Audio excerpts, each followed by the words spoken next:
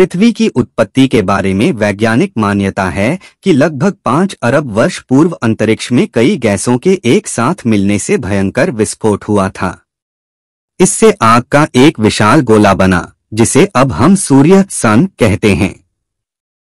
धमाका इतना जोरदार था कि चारों तरफ धूल के कण डस्ट पार्टिकल्स फैल गए और गुरुत्वाकर्षण बल ग्रेविटेशनल फोर्स के कारण ये कण पत्थर के छोटे छोटे टुकड़ों में बदल गए। कई सालों के अंतराल के बाद ये कण आपस में जुड़ने लगे और कुछ समय बाद सौर मंडल सोलर सिस्टम का जन्म हुआ। और इस तरह लाखों साल बाद गुरुत्वाकर्षण के कारण पत्थर और चट्टान आपस में जुड़ने लगे। इस तरह धरती आग के गोले के रूप में पैदा हो रही थी।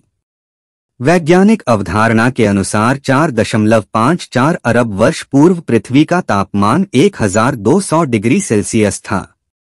ऐसे समय में धरती पर सिर्फ उबलता हुआ लावा, चट्टानें और कई जहरीली गैसें हुआ करती थीं।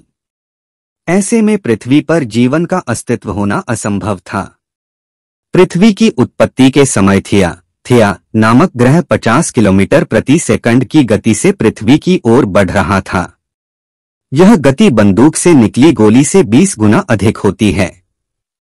ऐसे में जब थिया ग्रह पृथ्वी की सतह से टकराया तो जोरदार विस्फोट हुआ, जिससे बहुत सारा कचरा धरती से बाहर निकल गया और साथ ही वह ग्रह धरती में समा गया। हजारों वर्षों के अंतराल के बाद गुरुत्वाकर्षण के कारण पृथ्वी से निकला कचरा एक गेंद के रूप में बन गया, जिसे हम चंद्रमा मून कहते हैं। इस प्रकार चंद्रमा की उत्पत्ति हुई। पृथ्वी की उत्पत्ति के बाद अंतरिक्ष में बची शेष चट्टानें पृथ्वी पर गिरने लगीं।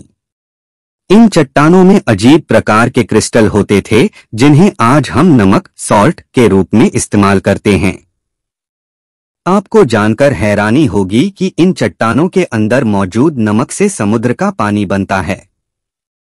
वैज्ञानिकों के अनुसार ये चट्टानें करीब 20 करोड़ साल तक धरती पर गिरती रहीं, जिससे धरती ने समुद्र के रूप में ढेर सारा पानी इकट्ठा कर लिया।